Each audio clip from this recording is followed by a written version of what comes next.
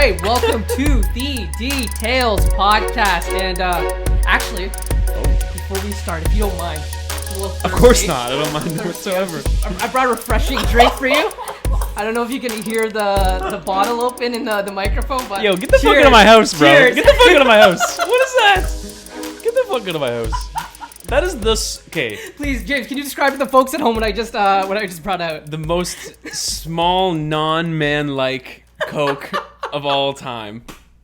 In a shitty little bottle. I want you to and know, it's a Coke Zero. I've been looking forward to this all day. I'm just like, this is how I'm rolling into the podcast. I hope you don't. I hope those aren't. That's not the way that you enjoy a Coke Zero. Is it? I didn't want a full bottle. Full bottle. I wanted the cheapest thing, and like I actually didn't want to drink Coke Zero today, but I had to drink it today just for you. James calls me out in a tweet. Like you know someone is angry, especially James, because he doesn't tweet very often. That he had to go and call me on Twitter and say how rattled he was 3 days after I told him that I liked consuming Coke Zero. And you know what was so good about that was after that tweet, I kind of forgot about it until right fucking now, when you just brought Coke in my home. God, we could end the podcast right now. Where I would leave on a great note right now. Oh man, that was totally worth it. Coke Zero, not a proud sponsor of the Details podcast, but not at all. Coke, not at all. We'll take it. Nah, I'm out, Coke. I don't want your shit. No, it's never gonna happen. Awesome. Well, James, just the way I want to start the podcast, bro. How was your weekend, man? My weekend was good, man. I hung low this weekend. I did a ton of just working out, running, biking, and stuff like that. Getting outside, it was beautiful. So a bunch of friends and I went and hit the mountain bike trails a couple times, and I went on a run. Not a bunch, sorry, a couple of friends. Not too many. Don't want to throw yourself under the bus. It wasn't more than 10, I promise. And yeah, no. So I kind of laid low. It was good. That's good. How about you? You know what? I realized how much I really miss sports. Like this weekend was just like a stimulus overload. We had the draft on Thursday night. Shout out to the guys that joined our fantasy baseball draft. Yes. We have our first podcast hosted. Which we're now very worried about. Yeah, we'll have to get into that. You know, we had the draft. My entire weekend after noon hour, basketball was on. Yeah, at all hours. You couldn't from noon hour on. It was like March Madness, right? Yeah. Like even if I wasn't attentively watching, it was in the background, sort of like a lot of people watch baseball these days. Yeah, you know. But even the Jays home opener I watched because you talked me into You didn't talk me into the parlay. No, but you know, you said you got to put money on the Jays, and I'm glad I just put it on the Jays the first game I because they ended up winning the next two. Yeah. But parlay with the Cardinals ended up winning that. CEBL kicks off. Shout out to Nighthawks for getting their first W. I binge watched Indian matchmaking. I don't know if you've come across that on Netflix. I've seen you tweet about this a couple of times, but I think the show gave me anxiety, bro. I'm a little upset that you even asked if I watched it, to be honest. I didn't ask you if you watched it. I asked if you heard of it. Okay. I have not heard of it. No. Why? It's too much culture for you, James? I just think I wouldn't have gone into that, you know? I'm assuming it's talking about like some sort of matchmaking as in like... Yeah, it kind of like it's a dating show. It opens up the realm of arranged marriages, and you know, it's a little modern now. Like they have the ability to say yes and no to an individual. Right. But if you have not been introduced to that world, it is an eye-opening experience. And it's funny because I've talked to brown and white people who watched it, and the response is like, if you're brown people, you're like, I got anxiety because that is my life. Yes. And then white folks are like, oh, I didn't know it was that bad. So do you find that you were that much more into it because we spoke about this before, like you have that pressure on your... I didn't want to bring it to the podcast per se. That was a closed mic conversation, but I could relate to it a lot. Just the pressures of first generation, my parents being here, right? They both have arranged marriages, and then it was like, I don't like where this podcast is going right now. This is good. Usually I'm the one getting attacked. It gave me like PTSD, really, to be honest. And I can see that being the case for sure. But then that happens, and then Sunday and Monday, like all the news that is breaking out, like we are back into the thick of things. Yeah. I don't think we're going to be any short of content for the next couple weeks, especially. Kind of want to kick off with baseball because like that was a whole interesting experience for me. I know we're going to get into the shitty news eventually, but I quickly realized in that draft how much I don't know about baseball. Right. Because by the time we got to the fourth and fifth round, it was just like, I'm just looking at numbers that I recognize and that I can, can accustom to. Like I just know that they're good stats. But when we got in those deeper rounds, I'm just like, what am I drafting at this point, right? Like, do I want to stock up on pitchers? Do I want a lot of outfielders? Because that seemed to be the trend.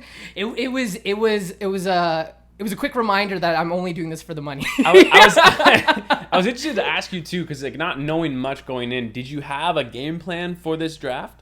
So the morning, I had made like a quick like sleepers and bust list just based on what I read. Gotcha. And then I had a shoot. I had a shoot in Toronto, and then I had to meet somebody in Scarborough after. And my plan was actually to draft from my mobile phone in Vaughan at Sean's house. Yeah. Sean just always happens to show up on the podcast. Yeah. But it rained that night, so I bolted home. Right. And I got home 5 minutes before the draft, and Gotcha. so then it was just a complete which sometimes works out.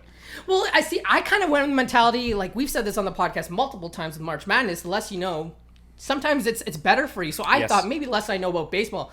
But once we started getting deeper into the draft, I'm like, I don't even know what I want my bench to look like. Well, I think the thing I was curious. I was looking at, okay, one thing I have to say out of the gate too, because if we're talking about the draft, so for everyone that doesn't know, we had a draft. How many people are in 12? 8. Eight people in the draft. Shout out to all 8 guys. I love baseball so much. I'm ecstatic about it. I was head over heels on. I was pumped up for it. I chose not to draft the player from the Astros on purpose. Yeah. Of course. Now, of course, our friend D here doesn't give a fuck about any sort of... Yo, I'm on that Eddie Guerrero mentality. If you know WWE, cheat to win, bro. I think you drafted half the team. You had 3 or 4 Astros out of the first... I have 2. You have 2. But he was like my 3rd or 4th. I don't even know who it is. But... And man, I don't think I've ever been faster to hop into a draft chat to rip apart someone than you grabbing that first Astros. I was just furious when I was saw waiting that. for it. I was like, I was waiting for it. But so who'd you take first overall? Your first overall. The Braves guy. Oh, the outfielder. See, I don't even know who he is. I hate you. See? Like, I don't know. The only thing that's good about your situation is that 66 game season changes everything, man. And well, it might be a 6-game season now. Yeah, I know. It's so sad. So I don't want to get to that yet, but I think the thing with drafting with baseball, and I'm not going to act like I know, I've just known baseball my whole life. Mm-hmm. So a lot of these names, and I followed more so a couple of years ago. So some of these names, the older guys, and I loved when Dave chirped me for picking too many old school Jays. In reality, it was just 2, bro. All right. Yeah. Edwin Encarnacion, who still hits dingers, by the way. Dave, look it up. Did you get Josh Donaldson too? I also got Josh Donaldson. That's hilarious. Who is also a very good batter. Again, he dropped in that draft. Like a lot of people were passing. I thought that was so he's right in your pocket, right? But the way I approach the baseball drafts and what I look at, man, is like these things. Especially at this point in baseball, all of these numbers are about to go fucking head over, like boop, boop, boop, boop, flip them up, flip flop everywhere. You know what I mean?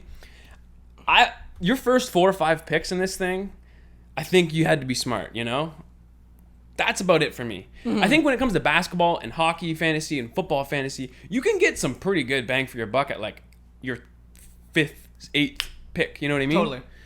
In baseball, you got to be super active, I think. Putting up guys. If a pitcher's not feeling it, kick them. And that's where I'm at right now. I'm just watching The Wire, right? That's exactly it. I think that for everyone in the league, man, I would strongly advise. I don't know if there's limits on transactions. Let's not give our secrets here, okay? These guys might listen to this podcast. That's what I'm hoping they do. I've already sent out 3 trades. All gotten rejected. You haven't. Yeah. They've all gotten rejected. I'm pissed. I'm trying. So somebody out there, if you're that eager beaver, eh? I'm trying to move some guys around already. But no, I think you'll be fine, man. It's a fun. I think it's a great sport to do fantasy on because you can miss with the surplus of games and at bats, you can miss a night. It's all good. Like if you miss a week, you're not out of the race. So the thing I'm learning about it very quickly is like you want to set your lineups, a week in advance if you can. Yes. Right? And you have to stay on top of your pitchers, which I really hate. Yes. That's annoying. And I'm trying to figure out. I've noticed that there's a green signal that tells you that they're gonna. And so I'm learning things as on the go. The only thing I'm scared about, and like you really wanted me to participate in this to gain an interest in baseball. And I don't think it's gonna happen because it wasn't until Sunday when Dave was telling me how phenomenal his team was. And I'm like, yeah, James did this exact same thing. So you two should be talking. I'm like, oh my God, I have a fantasy baseball team. And I just think that I'm just so overwhelmed with basketball and that's where my priority is, right? So I'm scared in that sense. But I'm winning 5-4 against Alex. #shutout. Yeah. So I don't know. Maybe winning is what will keep me competitive. Hopefully. Yeah. I hope so. But man, I don't know. I think we have to hope we have to get a year. Yeah.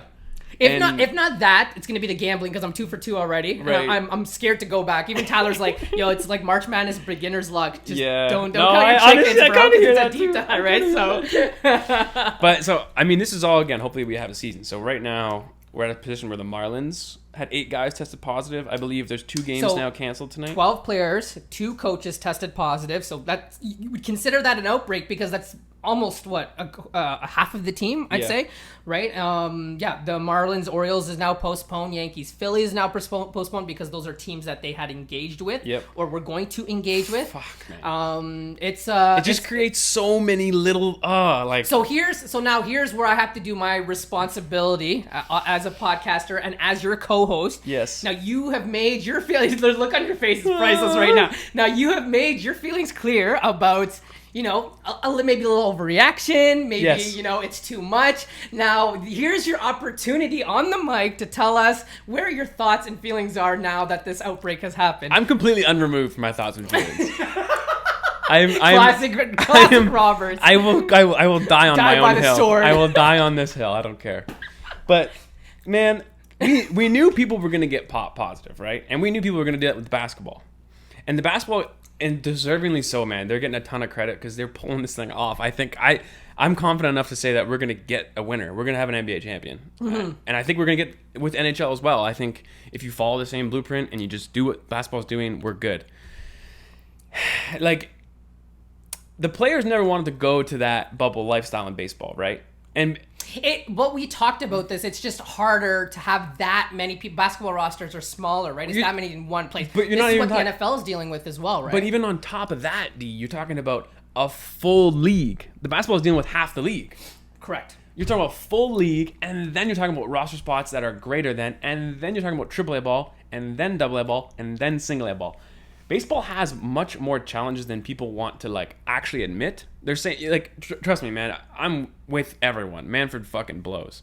He's fucked this up royally. Right. I have no other way to put that. But to not actually acknowledge the fact that he has a ton of other things that the other leagues don't. You know what I mean? Other leagues don't actually necessarily have to face. That's not fair. Watching baseball with an empty stadium or cardboard cutouts, I don't know how you felt about it, but I hated it. Mm-hmm. And instantly, I have loved the NBA. I mean, I watched a ton of scrimmages. I watched all the scrimmages, at least in the rewind sense, just to get a feel for all the guys. But dude, that was a fun thing to aesthetically. It's pleasing. It's pleasing to look at the blackout around the court is very, very emphasized. It's very clear and concise. I don't know. It's good. You get full action. The camera doesn't move a ton, which actually I like a lot more. Mm-hmm. And I had this straight flashback to when I was a kid, right? So when I was playing baseball back in the day, my team went to Cooperstown, New York, and Cooperstown is the home of the Baseball Hall of Fame. And at this Baseball Hall of Fame, they have a basically bubble style. Again, this was 15 years ago. Mm-hmm. Bubble style situation where you stay in cabins with your team. You walk from the cabins to the breakfast hall. You go back to the fields. There's a field and this and that. And I thought about how Little League World Series, kind of same thing. How fucking cool it would have been and amazing to look at, to see these grown men baseball players just in a no name, because dude, a camp environment. Man, the NBA is playing with a black line. There's no colors on the court. I love it. It's so simple. It's just a black thin line out of bounds line, and that's it. I would have loved to have seen. Listen, this is all screwed up. There's 66 games. We're gonna have a all-star break. We're gonna make you quarantine for the first 33 games. Okay, everyone go home for the break. We're gonna have to have a fucking month off in between. I know it's all screwed up. Whatever. Come back, quarantine again the second time, and it would have been so much more fun to have this Little League World Series environment where you would have had this no name. You can't. There is no stands. There's no one to watch and nothing to see. Just kind of like the Field of Dreams. It's just a right? green box, a few yellow lines, and guys that like baseball. I would have loved to have seen that go, but man, to even expect that for him and the MLB commission is actually insane, though, dude. Mm-hmm. How are you going to do that for a full season? You can't bubble a full season. Mm-hmm. It's impossible. Right. So what's the answer here? Right. Well, you kind of admit, though, you were wrong about it? Wrong about what, though? No one's died from COVID as a player. Yeah, but if these guys continue to fall the way they have at this kind of rate, right? There's possible discussions that they'll have to eliminate the Miami Marlins as a team from competition. Yeah. Okay, I'm sorry. I was confused on where you were attacking me from. But as long as you know it's attacking. The baseball season probably will not finish. I would agree, but I don't know if I can say that he had a clear-cut other option that was better. It just seems like, and I'm glad you brought up, I do want to have that discussion about what this has looked like so far and our reactions to that, because like I definitely have notes about that, and we can talk about that.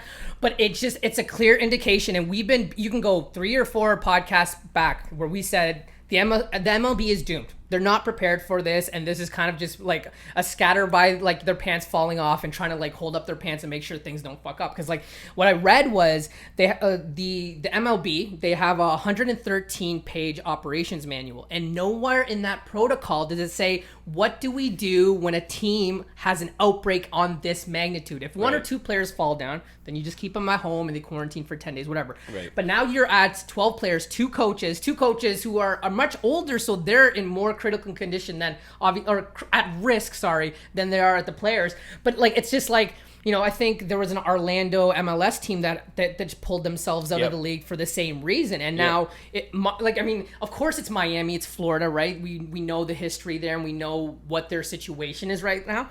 But it's just scary because then even the Nats manager, the Nationals manager, Davey Martinez came out and he said his concern levels from 8 to 12. Then we see a Colorado's reliever today announce that he's now opting out. And like, is this going to be now a domino effect? And are we only going to get like a 6-game season? So I just don't know where they go for there. And then the other thing is, the MLB was going to be a blueprint sort of for the NFL. Next year. No, for the NFL, because now that's a whole conversation. But I will say the NFL has a different because they have a ton of more money and resources, and they also play every Sunday. It's not every day where you're traveling, so there's a bit of wiggle room. But whoa! Way before that, they also play 8 times on the road. 4 times on the road. Oh no, I guess 8. You're right. Yeah, not 35. No, you're totally right. So that. So I mean, there's a lot of but like if you're on Twitter, if you're in the media, you see the concern, right? Everyone wants to make It's funny because you see a lot of media guys are kind of rashing out each other, right? I saw Kyle done something. He's on the NFL Network. Yeah. So he said something like, "It's so funny how people are so quick to put down the NFL and want to cancel season when this is your livelihood and you rely on these jobs. Like you need to be more positive." Then Bomani Jones, who you just recently listened, I've loved him this whole. He's been amazing. He's been amazing since the pandemic, and even with the social justice stuff, right? Man. But even he went, he's like, yeah, we all want to see the NFL succeed, but obviously, there has to be concern because you have 80 players. No, what is it? I wrote down the number here. 80 players in 32 buildings, and that doesn't include the staff, right? That are going into these buildings every day for training camp. We've already had some positive tests, so there has to be some level of concern, right? I don't want to undermine the NFL to say that they're following exactly what the MLB is doing, because obviously the MLB is a shit show and you don't want to be the MLB right now. I read somewhere where NFL players have to get tested 3 times before they even enter the building, which is obviously far and away from what the MLB is doing right now. But my concern is, sorry to interject here, no. My concern is, it doesn't just come down to the resources and being tested and all the medical staff and all that sort of stuff, but it's the responsibility of these players, right? These players have the opportunity to go home, and then you have no control over them. You can only tell them so much. I mean, we saw it with Lou Williams. Man couldn't resist chicken wings. Like, he left the bubble. Now he has to sit for 10 days, and now the Clippers have to suffer because of that. And this falls a ton, again, man. Like, you talk about these things and how this isn't fair, the pandemic, we're not right. Yeah, 100%.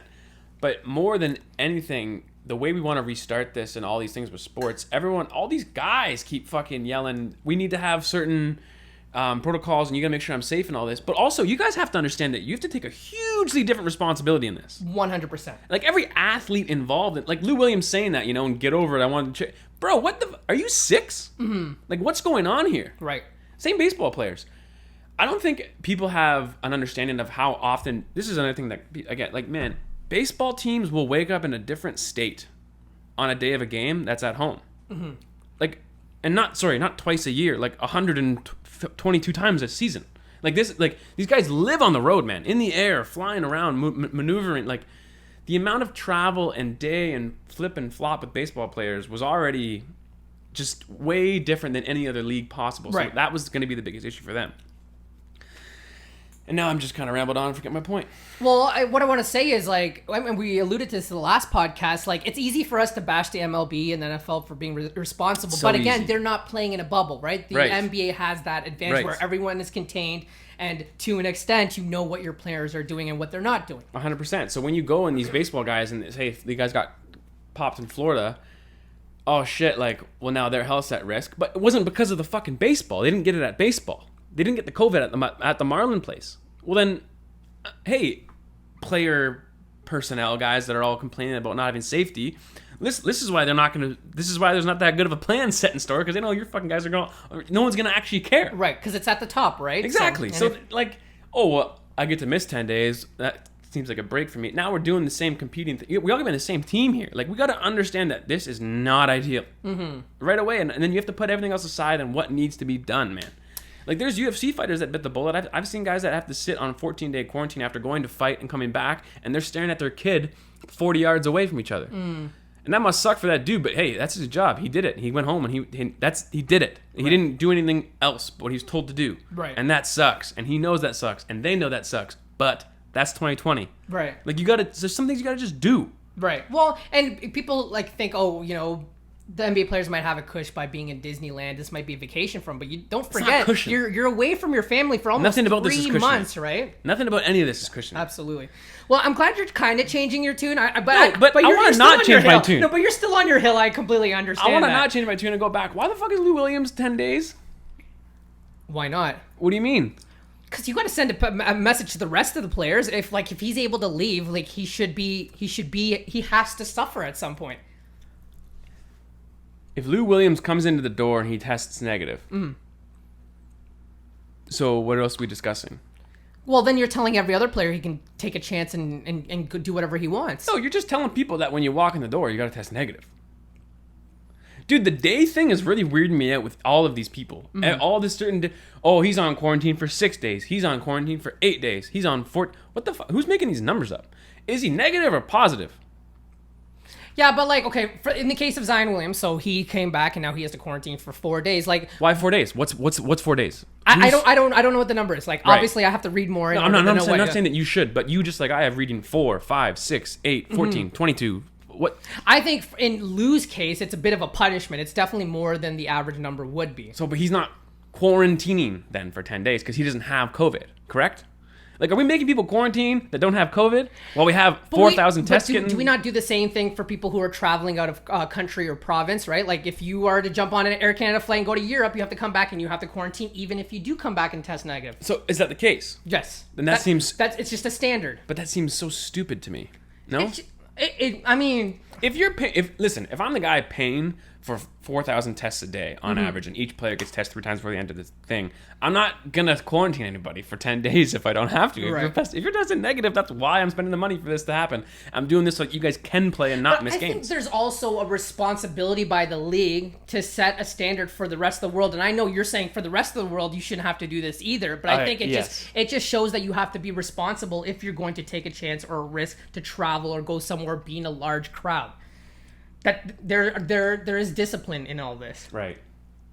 I get it. I listen. I know you're one of the most stubborn people when it comes to your your thoughts, and I get that. And I want us to disagree because I saw your tweet about these players can bang with each other in the post, they can play on the perimeter or whatever, but on the bench, they have to sit apart. You gotta be 6 feet apart. And I know it looks odd, but I think if a young kid is watching that and they're saying, oh, an NBA player is also taking the responsibility to sit apart when they have to, I think that sends a huge message and precedent for younger people. That's how, at least how I look at it. For me, it looks dumb. For you, it looks dumb. Right. Like, you were just slapping his ass. Why are you now, sitting 4 feet apart in these chairs, right? The best is if you ever catch a glimpse where they actually reach over and dap up. Right. On the bench. And my favorite's when they're wearing a mask on the bench, and then when they huddle up, the guy brings it down so he can talk and listen to people. Like it doesn't make sense. But I think visually, it's just more responsible. And if you're a kid, it's just like, oh, they're sitting apart. Like, maybe that's like if they're doing if my idol LeBron James is not sitting directly close to AD,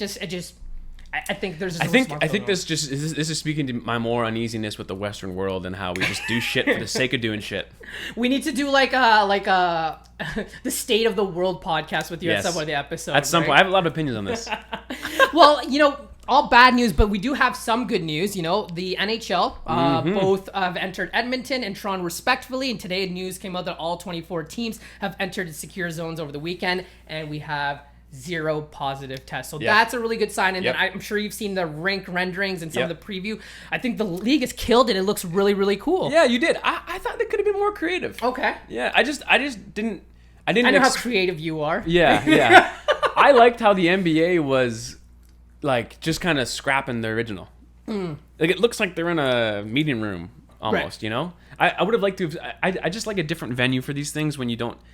I understand that they covered the stands with like NHL logos and all that. Like that's cool to me, but I just don't need it. I don't want anything outside of the rink, and I want give us a different view. Get away, get the mesh out of there because there's no fans. You know, have some other parts to it that we can not used to having, but now we can have. Be interesting if they did like video games where the camera was on the top and you're kind of moving up and down. I could fuck with that for a That'd bit, you know, just for a couple of minutes. I mean, you see the NBA kind of experimenting with that courtside camera. And I didn't hate it. I didn't hate it, but I wouldn't want to watch an entire game like that. I like it in doses. Yes, I completely agree with you because there's still a tracking the ball that seems to get lost sometimes. I agree, but I found it gave me a different perspective for the defense and offense. Yes. More specifically. Yeah, I think if you're playing the sport, it's a really neat angle because then you're seeing how people are flooring and spacing out. So let's talk about how this has looked so far. So for baseball, it's shitty. Let's do a 1 to 10, a 1 out of 10 for each league. Baseball for each league. If it's baseball, it's like 3 to 4, and I think it's because it's so aerial and you can't avoid the stands. It's just it looks empty, right? Like you hate the cardboard, but I think it gives it a little character. Yeah. And I mean, I don't really care for it, but it just it's so much more obvious how empty it is in a baseball stadium, and I don't think there's any way of combating that because you can only watch baseball that certain way, right? Yep. So I think for baseball, it's shitty. Like it's like I don't think there's anything you can do about it. For basketball, I absolutely love it. I would say somewhere till 7 and 8. It'll be interesting to see how things look because the NBA is clearly experimenting. They're going to be bringing 300 fans on those screens. That'll be really neat. You can kind of give a home court advantage to some teams. It's got a real like summer league vibe to it. Like I've had the pleasure of being there, but I've also watched on TV where you kind of forget the fans. It's not really that important. My only concern as a player, I wonder how distracting those screens can be. You don't like it. Also, if I can add audio-wise, I think there's still some tweaks that need to be made in terms of how loud the music is. I've really noticed how much I hate the local tandem of commentators, whether it's the Bucks commentating team, whatever. I really have grown appreciation for Matt Devlin, Jack Armstrong, but that could be also a bias. So I want to. You and I are a couple of we've had experience in this field. Yes, we have.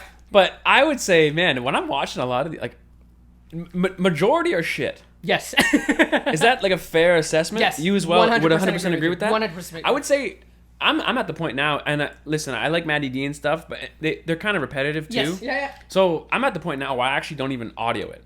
Oh, no. Interesting. I'll straight listen to a podcast or like I'll do completely something else audio wise while watching. You want to edit basketball. This podcast after watching it? No, definitely not. Just throwing it out. But I'm just because like I've noticed that the most while watching these games, and I don't think I have anything bad per se about the presentation. Mm-hmm.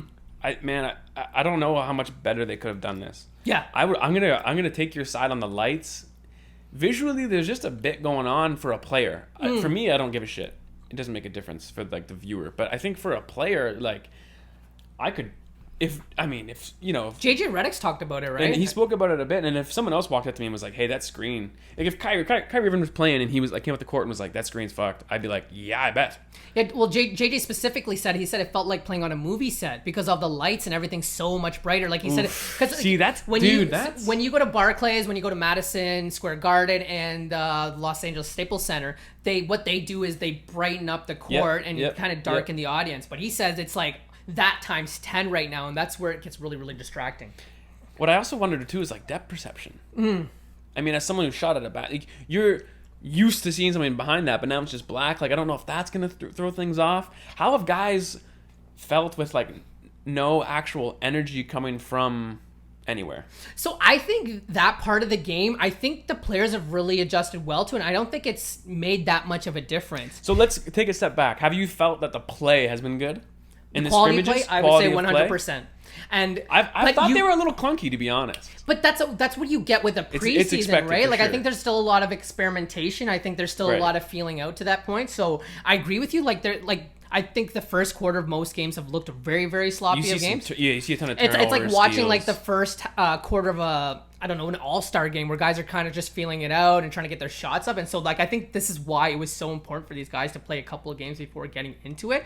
But I really think that they're really adapting to their environment. And the one thing that I found really interesting about all this is you now are hearing guys chirp each other. The guys on the bench are a lot louder, and I think guys are taking it a lot personal. And, you know, we talk about, you know, the psyche of fans and getting in your head. Like, it's almost worse now that you can hear your peers talking to. Because when I was watching that Raptors Trailblazers game, the benches, like, started jawing at each other. And at one point, Serge and Nurkic got into it. And then every time Nurkic did something good, the bench was getting rowdy. And then when the Raptors would come the other end offensively and mess up, they were just right in their ear clapping. And so I'm loving that because it's got really like a street ball sort of vibe to it. And that's why I fucking wish they weren't social distance on the sideline and actually had the bench on the court. Because you get them that more involved, man. Yeah. You know what I mean? Like, how much have bench celebrations been a part of our fun for the past 5 years?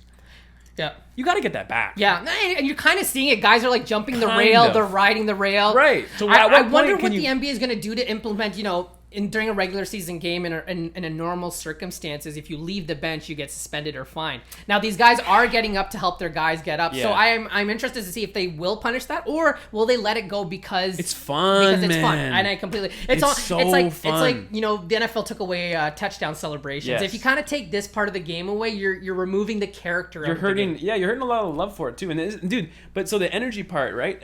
I think if you bring the bench back to the normal spot. Mm-hmm. I'm telling you, you get more energy on a consistent possession basis. Mm-hmm. Guys are just jumping in more. Because at some point here, like, what's fun about this is we're watching this is these guys are very intelligent individuals, right? Mm-hmm. Let's not forget that part. There's, again, I mean, don't get me wrong, there's 40 guys in Orlando that are stupider than a rock. I know that. But there's very, very intelligent individuals as well. These guys are going to adapt. They're going to figure out a couple things. They're going to learn a couple things. I mean, you even saw Melo tripping like hell out there. He's experienced. He knows he's trying to get some guys going.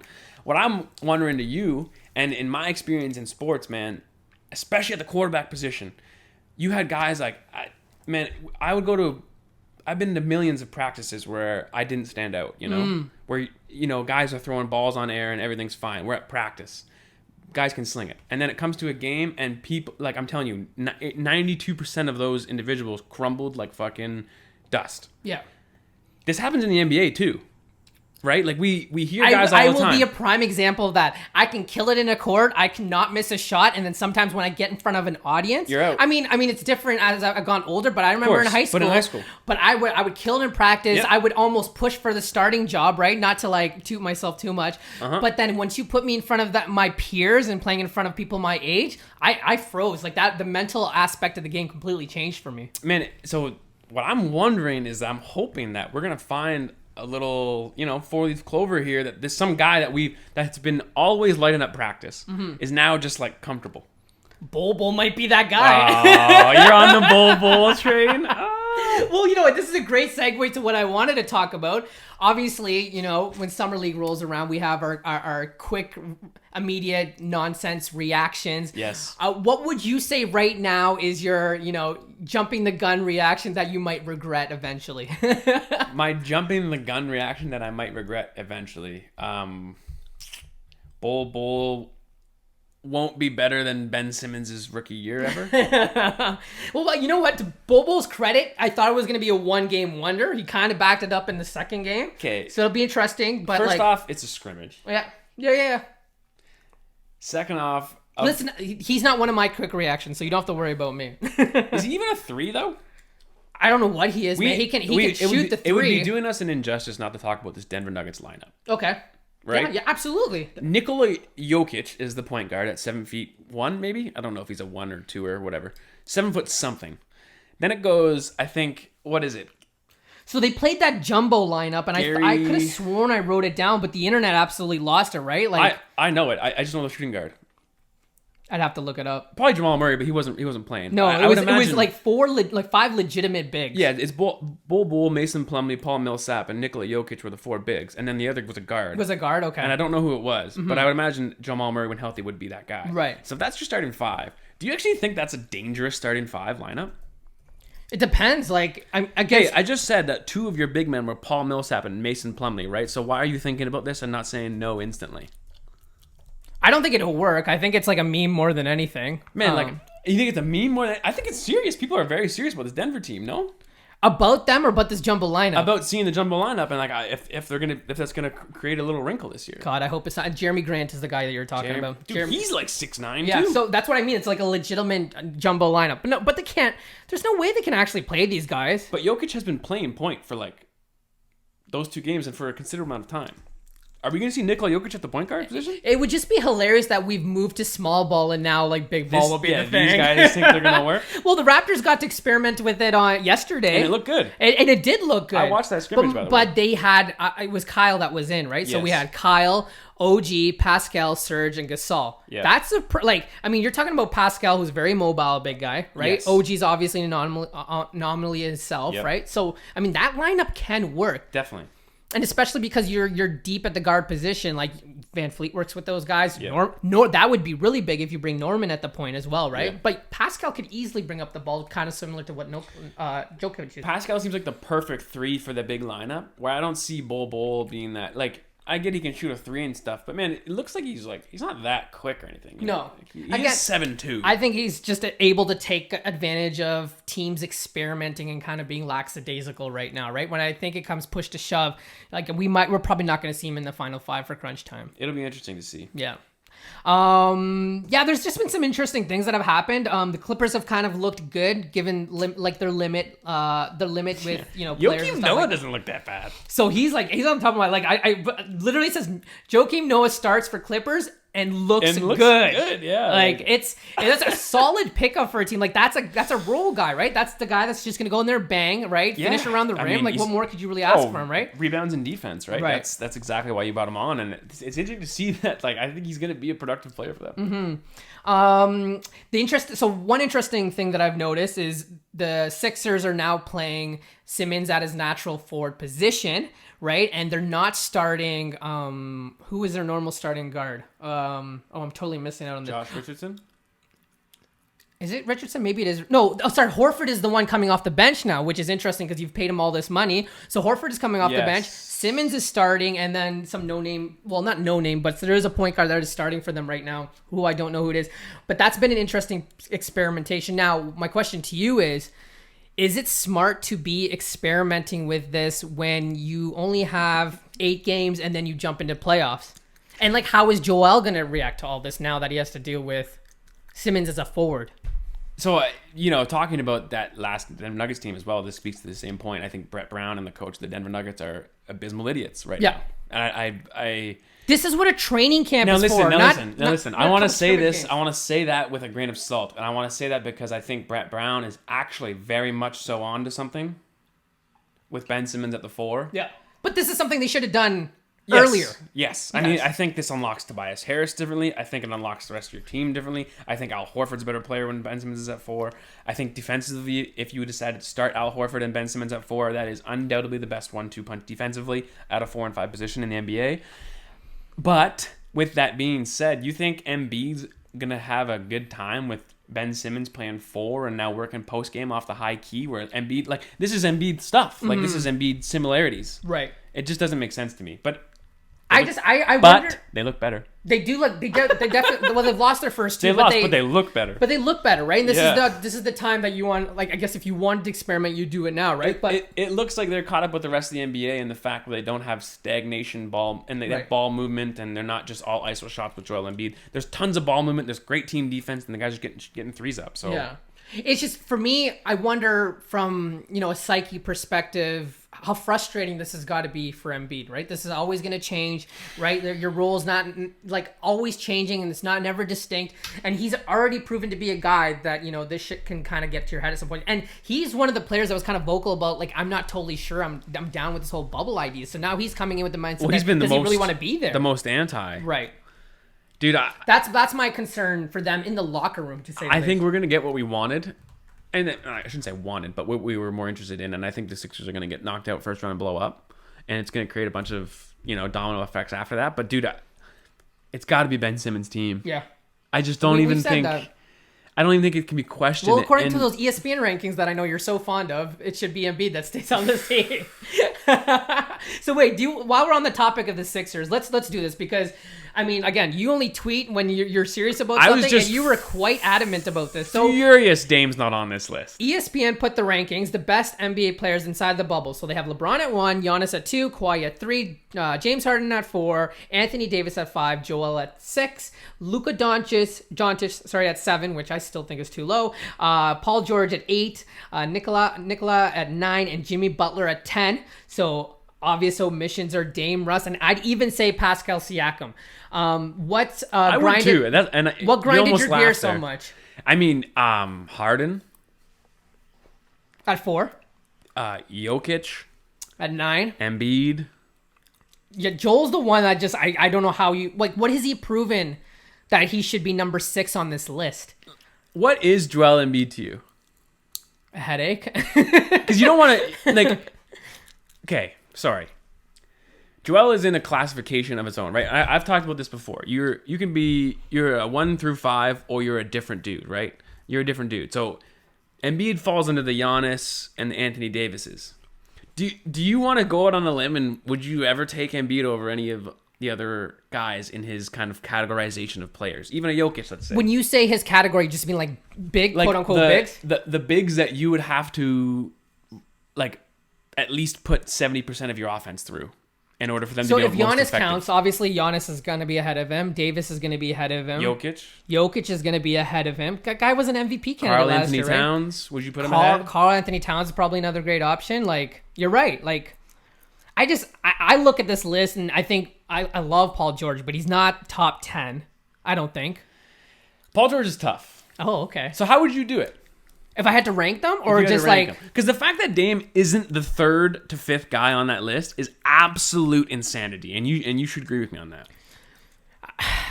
I don't know where... He was in the Western Conference Finals with nobody, bro. I don't know what my ranking specific would be, but if I had to take out and plug back in, I would take out Embiid, I would take out George, and I would take out Butler. I put Dame, Pascal... I like Butler still in there. To be honest. No. I might go back on that because Russ is probably the other option, and I'd rather have Butler Russ. Than Russ. Me too. Yeah. But this also is like, what is your definition of the best player? Like, are we talking about like single individual guy that can just kind of dominate the game? Because then Russ kind of is in that conversation. But we also know that his method and way of playing is not effective. Yeah, I think best player is the best player that you think, whatever way you want to interpret that. Mm-hmm.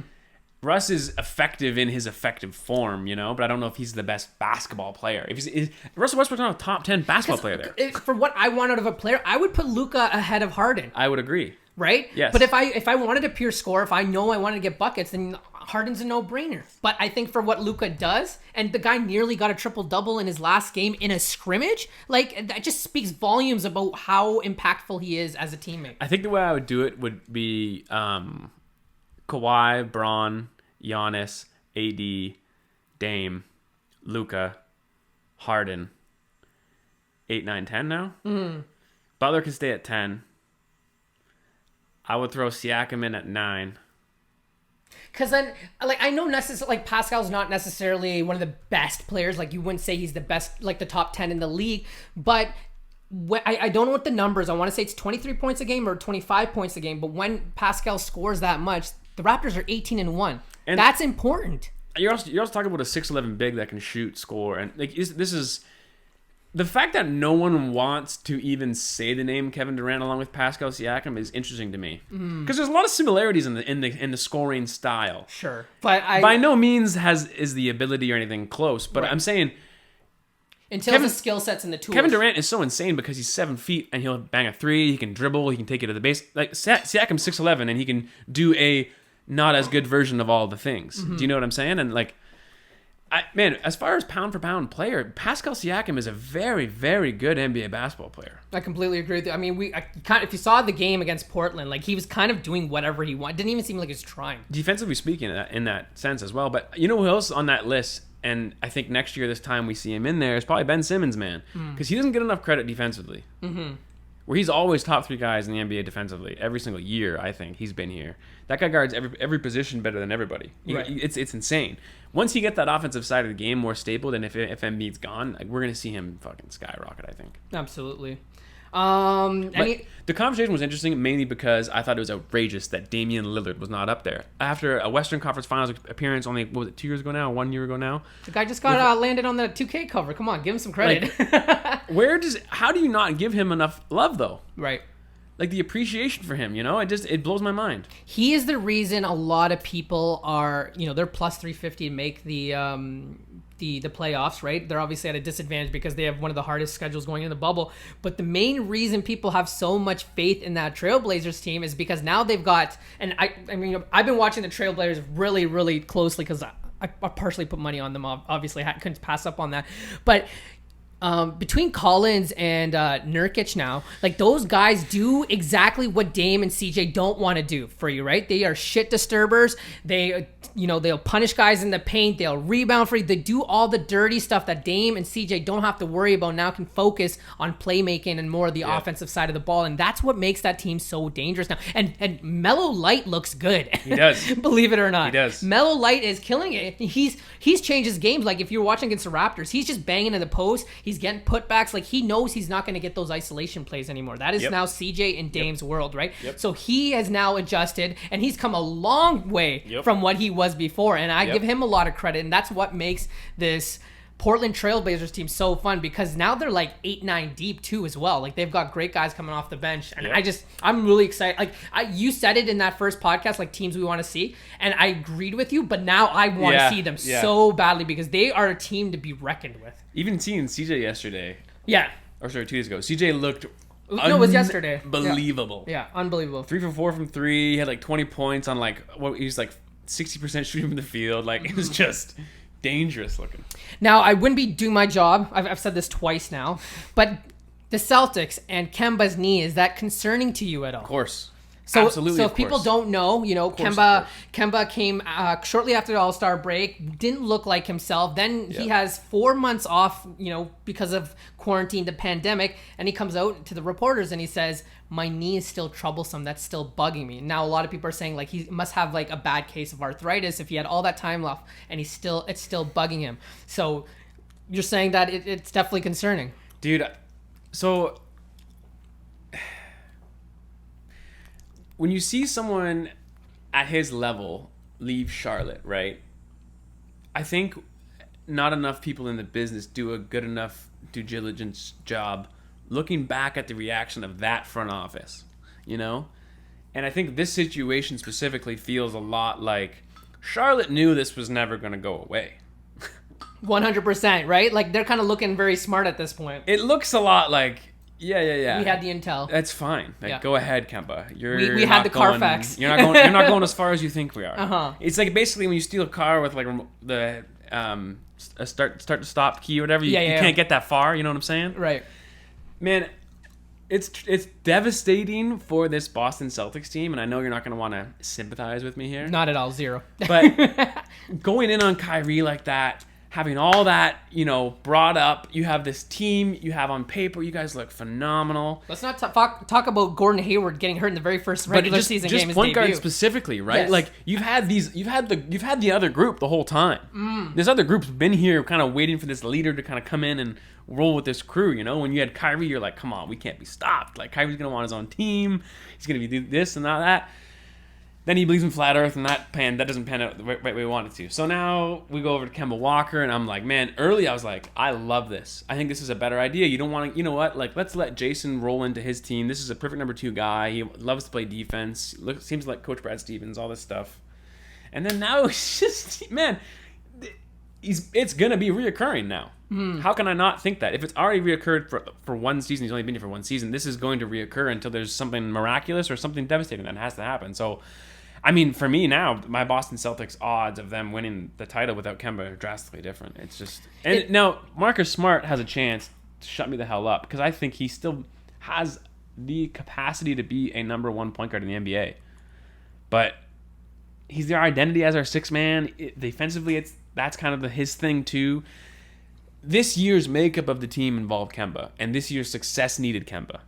So if there's no Kemba, we're not It's gonna have even more success. disheartening because when you read online or the players after the games, they speak so highly of Kemba. He's like he's the type of leader you want. I was listening to a podcast with Bill Simmons and Cantor's like, he's just one of the most down to earth guys you'll ever meet, and that's just like who you want, right? He doesn't care about his ego.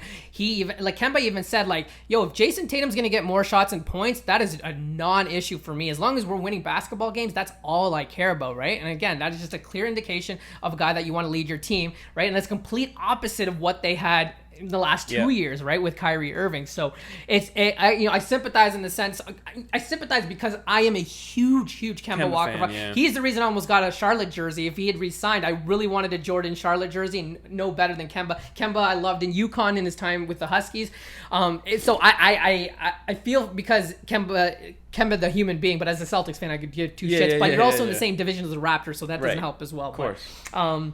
No, I think it drastically hurts their chances, and especially against a team like the Raptors, right? When you got to deal with a double-headed guard in a situation with, Kyle and Fred VanVleet, like, does not make your job any easier. No, and man, like, Jason Tatum, Jaylen Brown, Gordon Hayward, and Kemba on the court on the same time frequently, a lot. Mm-hmm. And that's a very big problem defensively, man. Yeah. And now when you take one away, then, it's just that much less of a problem. Right. My one more overreaction, but I will stand on my hill on this, and I will die on the sword by this. I think I don't feel like, to people, they're calling them sleepers, but I think it's a fucking joke that you would call them sleepers. The Raptors are going to be a monster to deal with. They are going to be a problem.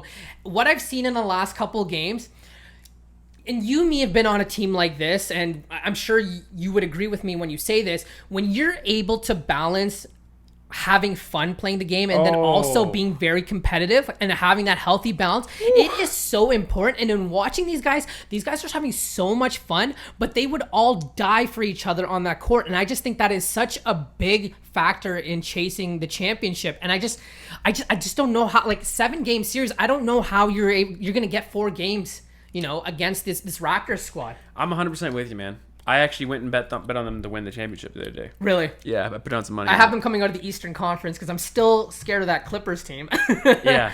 But I just... Man, I put it down just because chemistry and culture, if you're going to take away everything else, chemistry, culture, Raptors are head and heels above everybody. So that's going to have a ton of positivity for this situation with this weird kind of tournament. And man, like, have you seen Milwaukee? For number 3, can you put coaching? Yes, because well. I think Nick Nurse is elite. He's gonna, he's now experimenting with his jumbo lineup of Kyle, OG, Siakam, Serge, and Gasol. Like, he's obviously gonna, like, that's gonna come really big against teams like the Bucks, teams like the Lakers. Like, if they have to eventually face them in the finals, like, he's experimenting right now. Like, even just like yesterday, Fred VanVleet goes down with his knee, and it's just a no-brainer. We're not bringing him back again. We're not taking any chances. He's got McCaw in the bank. He's not rushing him. There's just so many little, like, chess moves. Like, even not playing Gasol, you can imagine Gasol's just itching to play right now, but he knows there's a bigger thing at hand here. Yeah, I mean, man, I feel like we're the biggest advocates of Nick Nurse in the country. And this guy, man, even the way he said that question, like, they ask him what do you want to get out of this with the Raptors, like, why? And he's like, we came here to win this thing. Like the way that he delivered the answer was like, that guy thinks they're gonna win the championship.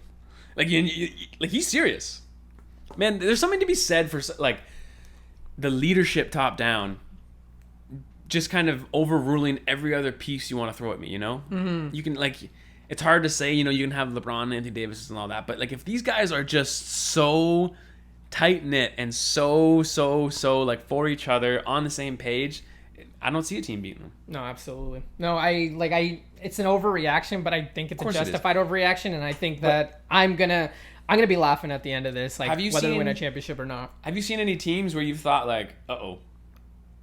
I think the teams that, like, have nothing to lose, like the Nets of the world, the Magic of the world. Right. I'm worried about the Pacers. Obviously, this is a team that did really well without Oladipo, but now they've lost Sabonis, and I could be for a very long time. So they're not as scary as a first round matchup as they used to be, right? No? Absolutely. I think you're swept now. Yeah. So Sabonis is an all-star. I think that first round is really, really going to suck, except for the 4 or 5 matchup, where on the other side of the ball, we're going to get like some of the best basketball on the Western Conference side. I agree. Yeah. But I mean, I wasn't alarmed by Milwaukee or anything. Were you, did you watch and were like, oh shit, they look bad or good or what? The games I watch, I think they've been playing at sort of their pace, maybe not showing all their hands. But the more that I watch them, I'm not scared of them as a Raptors fan, okay. Right? I would agree. I just don't think Middleton as your second guy is going to be enough.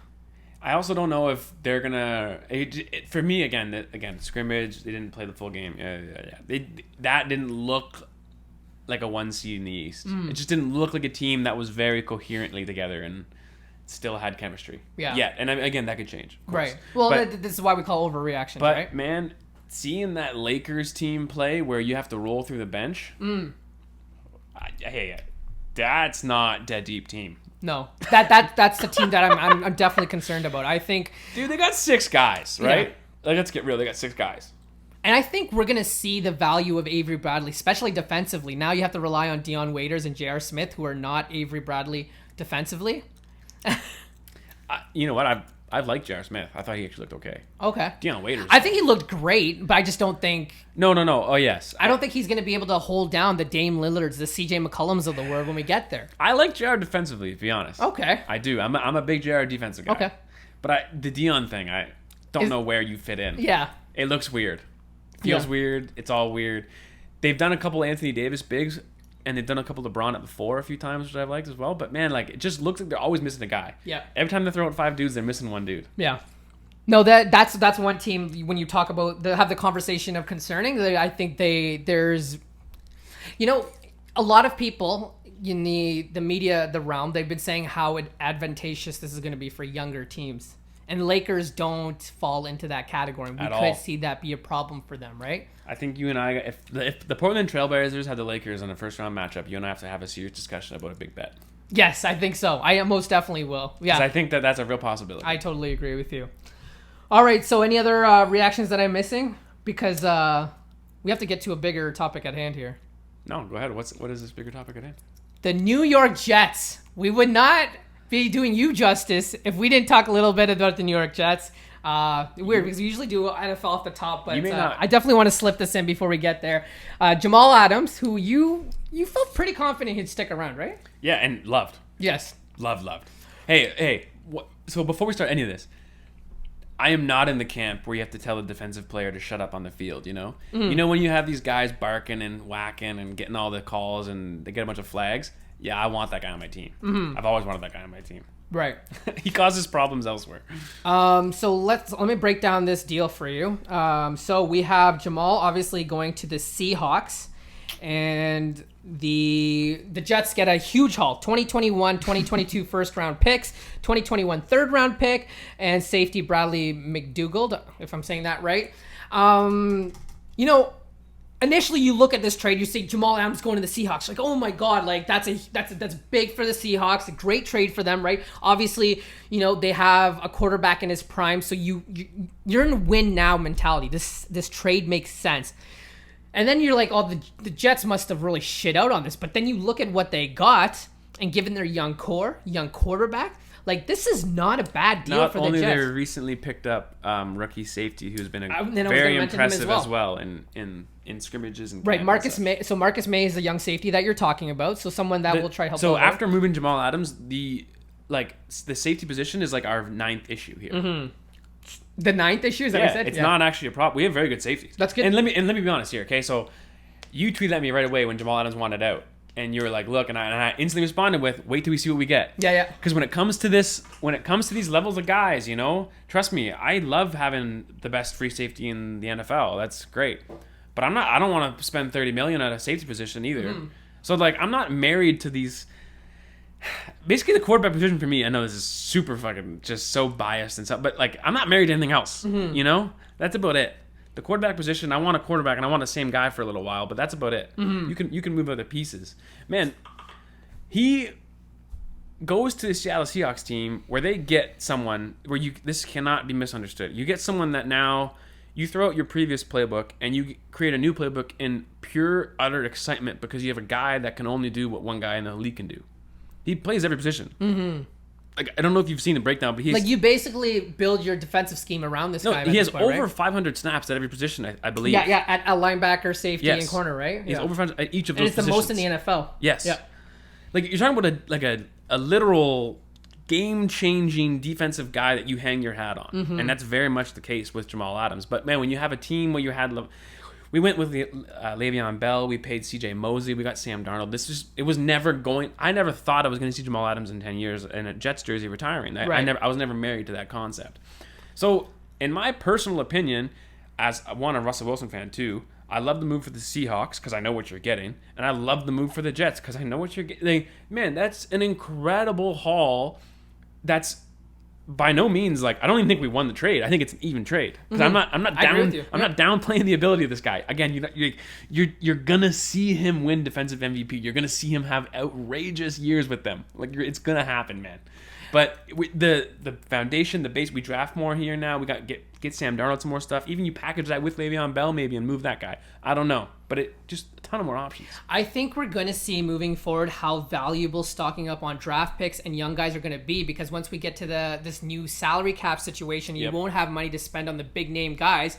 You know, people are they're going to go head over heels to get those picks off you. And also you can pay for, the likes of Marcus May on a discount sort of deal, right? Yep. So that's where I think, the Jets are big winners, because those picks, like, we're going to see it with OKC in the NBA. Like, they're going to be laughing when they get to the new CBA and they get to the new salary cap and be like, oh my God, we have all these picks that all these people want to have, and we don't have to pay top dollar for these top level talents, because now we have the Shies of the world and I'm forgetting all the young guys on that team, but they have just a plethora of young guys now they can bank their money on, right? And I think, you make a great point. There's both teams won this, but I think Jamal Adams ends up being the biggest winner for us, because now he goes to a contender. He's playing for one of the best DB coaches in Carroll, and he has so much leverage because he can say, look how many draft picks this team traded for me. This is my worth in the league. So now he goes and balls out, has one of the best seasons of his career. Well, and he gets paid. And by Seattle. By Seattle. Seattle's going to sign him long term. I would almost guarantee that. Right. If you're going to make this move, right, you would hope that you're going to. Man, it's a phenomenal move by Pete Carroll. Mm-hmm. And I hope they get Jadeveon Clowney now because of it as well. And that makes that team very dangerous, man. Position? Jadeveon Clowney? Oh, Clowney. Yeah. Sorry, I didn't hear the whole name. So, Dave Aubrey, shout out to him. He said, this is concerning for me for Seattle because their D-line is still it's not very, very strong. But what you just said about now you building your defense around Jamal Adams, I think, you kind of go in with a whole new scheme if you're Pete Carroll and that coaching staff, right? I'm telling you, if you're a DC, this is the same thing as going from Tom Brady to Cam Newton offensively. Mm-hmm. That's kind of what I'm getting at here. Defensively, you're just talking about things that aren't possible with other guys. Mm-hmm. Like the amount of movements, post-snap reads, pre-snap reads, adjustments, or depending on what he sees. With Jamal Adams is so talented and smart that you can actually just create a defense that involves him doing what he wants and then having everything else fixed. Like, he is that elite level of it. The best safety, DB, whatever you want to call the guy, defensive baller. Ball hawk, whatever, right? In the NFL. And I truthfully believe that. Yeah. But man, this Jets team, it's a smart move, man. I don't know how you say it's not. I know, and I can hear. I think it's shitty because given the Patriots and their system and their history, and now adding Cam Newton, they're probably going to be the team that you have to deal with, right? And then the Bills have significantly got better year in year. So it just I don't think there's short success. Like in the short term, there might not be a lot of success if you're a Jets fan. And I could be wrong. So. Right? I wouldn't have said this when we had Jamal Adams. But now I'm going to tell you what my theory, if I were as a GM tomorrow, and how the best way to have the most success would be to build your team, right? Mm-hmm. Coaching is colossal. Colossal, and it will never be quantitatively measured for everyone that doesn't play the sport to understand. But NFL, football, coaching is fucking 90%, dude. Coaching is so big, which is why Bill Belichick's there, so on and so forth. So it was Bill, not Brady. Is that what you're saying? Is that what I just heard right now? Okay, I'm just making it clear. Nope, it's on the tape now. When you look at the best defenses in prior years, right? Usually their best players are not a DB. now you're gonna fight me back with back in the day Seattle had the Legion of Boom or whatever. You'd say that, sure. If I were structuring a defense and paying players, I'm going to pay the guys that need to be the most individually skilled one-on-one at the most crucial positions. CJ Mosley got paid for me. That makes complete sense. That middle linebacker needs to have the most tackles every year because he needs to be the guy that cleans everything up. Mm-hmm. D-line, you need skilled, no matter how much you want to scheme and twist and turn, which again, you can be very smart coach and scheme and such. Coaching and schematics in the defensive secondary is like grade 1 level compared to interior.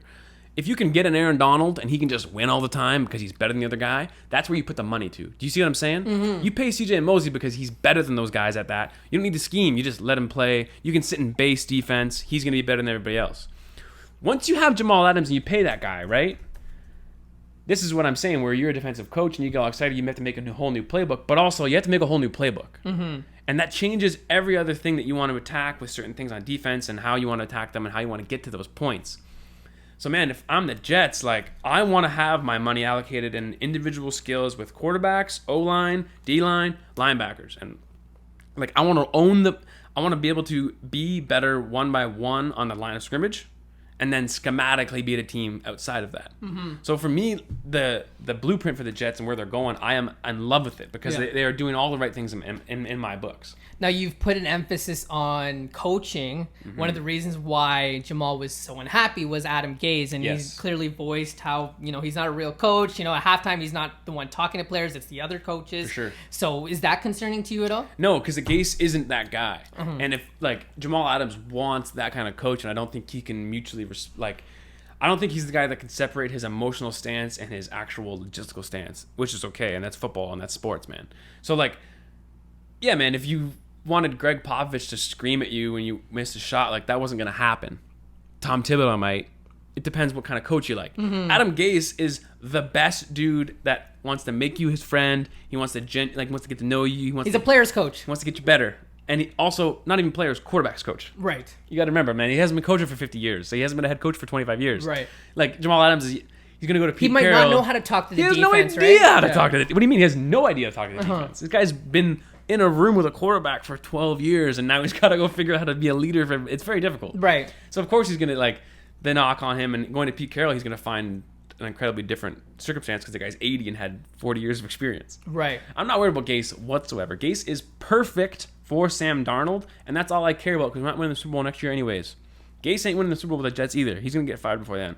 But to get us to that next level, he's absolutely perfect. And the development of Sam Darnold obviously is very important too, and that will definitely happen. The most important thing. Mm-hmm. No. Well, no, I'm glad. I guess we really came to a consensus there on that deal. It's interesting to see, going back to Seattle.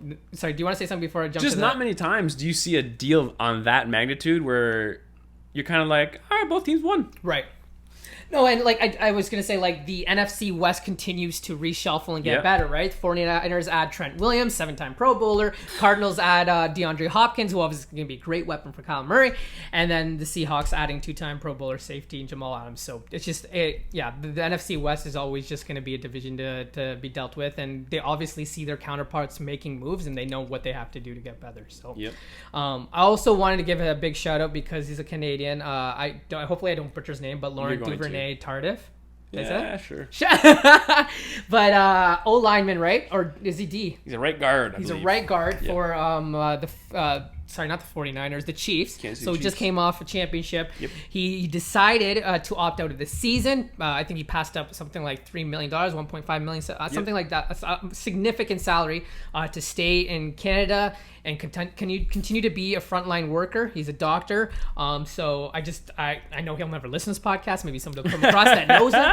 But I really admire that. And it just that stereotypical Canadian looking out for his own. It's just such a good story. I mean, hey, you're a better man than most people on the earth, dude. Absolutely. So, we love to see that here on the Details podcast. So, that's kind of a wrap. I don't know if there was any. Can I just kind of go on a riff here? Just one quick second. CEBL kicks off. All right. basketball was top notch, right? Great product on court. The Elam ending is so sick because it has to end on a basket, and if you're the opposing team and you're down a ton, like the very first game, I think it was Niagara and Hamilton. I'm so sorry if I got that wrong, but they were down significantly, and Hamilton puts in all their 3-point shooters and guys that can guard, and they just shot their way back in the game. Gives you a chance, really cool, man. Right? So, anyways. Great at basketball action. I'm trying to get home for 5 because the Nighthawks have their second game. Shout out to them. They won their first game. But like I'm actually really pissed, and because TSN and Sportsnet did not play any of their highlights after the game. And Mike Morelli, the commissioner, came out and called them out. And I would not have noticed if he didn't tweet. But like shame on you guys. And absolutely. I obviously am very. I didn't want to tweet it because I'm like, this could be a future employer or whatever. But like it makes no sense to me. Your league is 85% Canadians, yes. right? You're playing on Canadian soil, yes. right? You're the first Canadian league to come back successfully, right? CFL wasn't able to do it. And you can't even give them. You could put the 2K highlights. The E leagues that are out there. You can put the highlights up for them, but you cannot put actual basketball in your highlight packages. Like, fucking shame on you. Yeah, I completely agree with you. Yeah, I'm glad you told me about this, because I didn't know that, and I was gonna ask you about this later on. Was how much traction the CEBL got? They trended on the weekend in Canada. Yes, no, on Twitter, I was actively looking at it, and I remember that. But that's very concerning that you don't get to the next level of that media like that. No.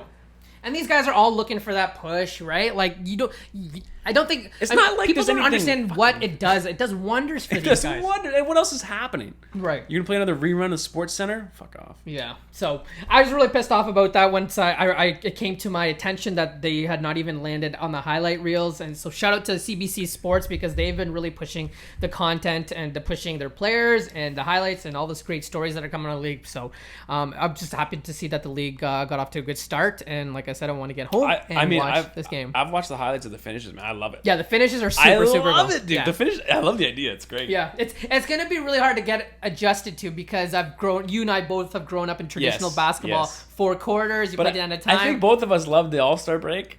Yeah. And that little glimpse where we're now ready for a bigger. I wasn't for it when the All-Star game first, and then when we got to that fourth quarter, I was like, "Oh, these guys are buckled in right now, right?" And it always gives a team a chance to come in, right? Yeah. So, yeah. And it's almost more pressure to hit that last shot. It's true. Yeah. So shout out to them.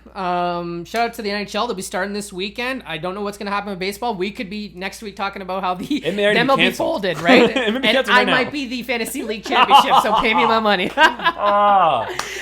Anyways, want to put a wrap on this podcast. I do want to say, and James, you don't look at the numbers like I do. Our numbers have shot up, so I know that must mean we have new listeners. So everyone that's like subscribed and tuned in, like we love you. Obviously really, really appreciate it. Like last podcast was the most downloaded and the most listened to. So and still looking for my cut though. It's weird. I don't know. You got yourself a mic. But I mean, it could also be an indication of there's lots to talk about right now. We appreciate you taking the time to listen to us and hang out with us, and we'll continue to try to be bearable for the next couple of, I want to say weeks, but it sounds like it's going to be months now. Yeah, so I agree. I'm excited. All right, so basketball kicks off this week. NHL kicks off this week. CEBL continues to go on, and fingers crossed that the MLB has something for us next week as well. So, guys, thanks again. Spotify, SoundCloud, YouTube. I'm missing something. iTunes. They're all available. And yeah, this has been fun. We'll see you next week. See you next week, brother. Peace.